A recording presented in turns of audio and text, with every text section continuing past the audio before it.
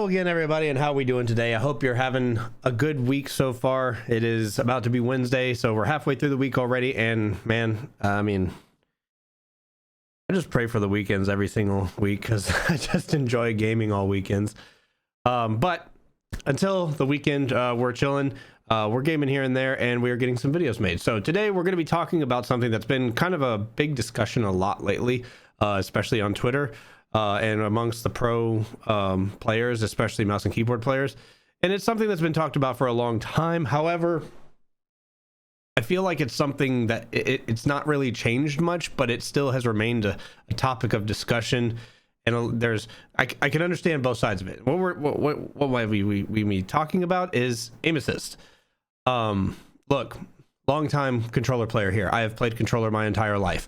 I have dabbled in mouse and keyboard more recently. I've played it a little bit here and there because of like playing trying out Valorant or Escape from Tarkov.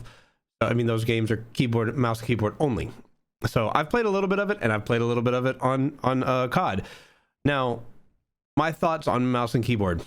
I think mouse and keyboard is great if you can learn it and stay consistent with it. My opinions on mouse and keyboard, mouse specifically, mouse is easy. I have no problems on a mouse. Like, I can aim. I can almost snipe better on a mouse than I can on a controller. The only problems I have with mouse is the keyboard. Moving and aiming at the same time is something that I need a lot more practice in. But if I was able to pick up mouse and aim just fine with pretty much zero practice. So that should tell you something in its own right there, is that mouse is fairly easy to pick up. It's more so the keyboard aspect, at least for me, that might take some more practice. So I've played controller my whole life. I have a PS5 Pro controller, a DualSense Edge. I have paddles on the back, but otherwise it's a normal PS5 controller. I have a Scuff also. If you want my opinion on the two, but one versus the other, let me know in the comments. I'll do a video review on them. But needless to say, both are very good. There are some likes and dislikes I have on both. Anyways, I digress. So a lot of people have been mad about aim assist more so recently because it's not a topic that it's still a thing. It's a topic of people are saying it's stronger than it used to be, which I think in Modern Warfare 2, it got stronger. Like, they did make it stronger. And so it was kind of broken in a way.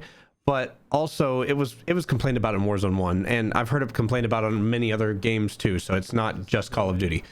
And there's one. But a lot of people have been complaining about it in Warzone 3 and Modern Warfare 3 again, because they just say it's broken. Now, here I'm going to put in the background some clips that are me just playing without aim assist. One night I was doing some testing and played some search and destroy for a while, and then I went and played a little bit of plunder, just testing it out. But if you want to know like the details on aim assist, there are two types of aim assist. There's regular aim assist, and then there is also rotational aim assist, which was added at some point in time to Call of Duty. Now, the difference between the two is aim assist is where you're actually moving your crosshair with your right joystick, and it will slow down once you get onto targets. Rotational aim assist, however, though, is the second part of aim assist. It has to do with your left hand controller. Basically, if you are moving your character, like strafing or anything like that, it will give you extra aim assist. Now, I think more people are concerned more so about the rotational aim assist because it is strong. I'm not gonna lie.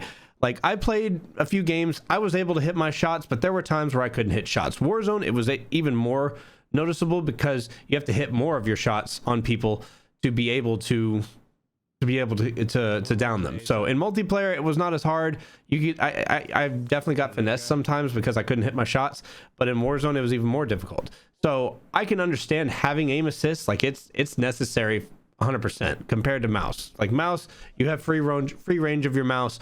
It's you point and click, and that's it. You don't have a center point like on a joystick. So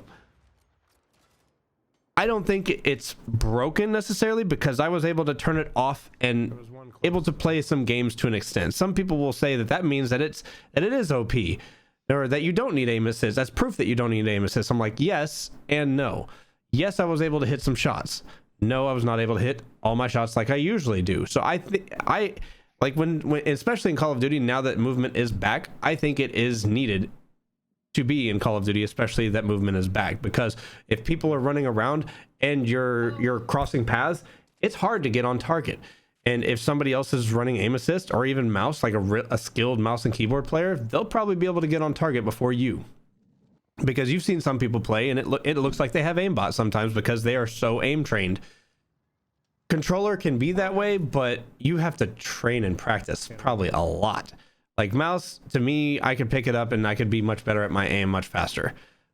Controller is a little bit different of a task. So that's just my opinion on it.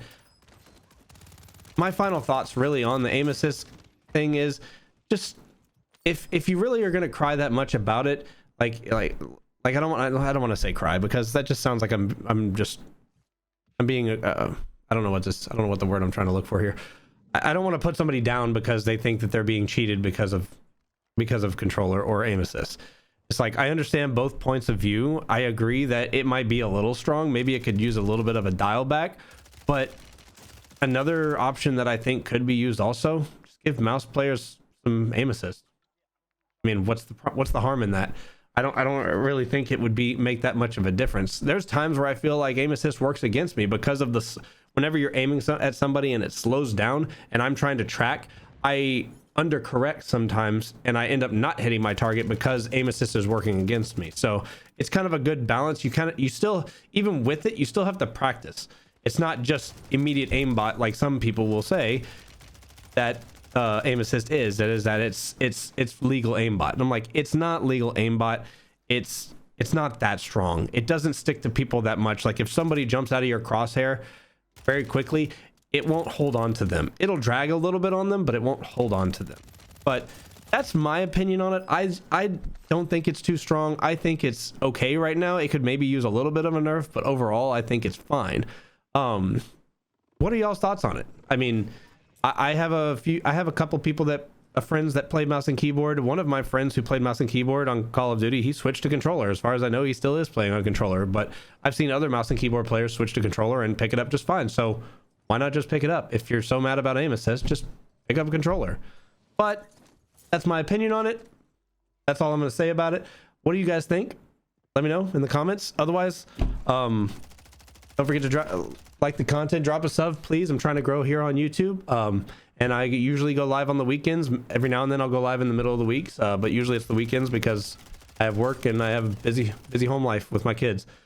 So I will see you guys in the next one. Don't forget to hit the like button again, and I'll see you then. Peace.